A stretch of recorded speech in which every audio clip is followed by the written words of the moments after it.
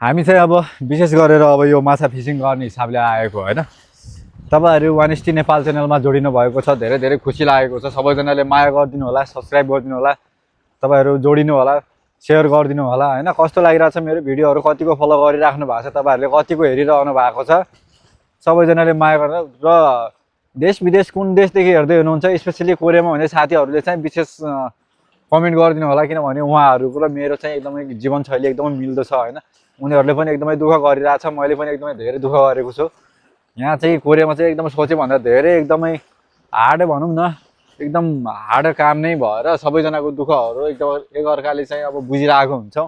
त्यही भएर प्रायः हामीहरूको चाहिँ शनिबार र यो आइतबार चाहिँ 2 दिन छुट्टी हुन भएकोले अब हामी चाहिँ यसरी माछा मार्ने निस्किन्छौँ। कहिले फुटबल खेल्न, कहिले माछा मार्न, कहिले पहाड चढ्न होइन, कहिले चाहिँ केबल कारहरू चढ्न। जो हामी यो बिदाहरूको दिन चाहिँ खाली छोड्दैनौँ, हामी घुम्ने मात्रै हुन्छ हाम्रो। यो जो लगभग कोरियाको झन्डै आधी कोरिया जति हामी घुमिसकेका छौँ। अझै मेरो अझै 2 वर्षको भिजा कार्यकाल अझै बाँकी छ। अब मेरो एउटा छेजुदो जाने उद्देश्य छ। हामी यहीँबाट अब छेजुदो जानेछौँ केही दिनमा। हजुर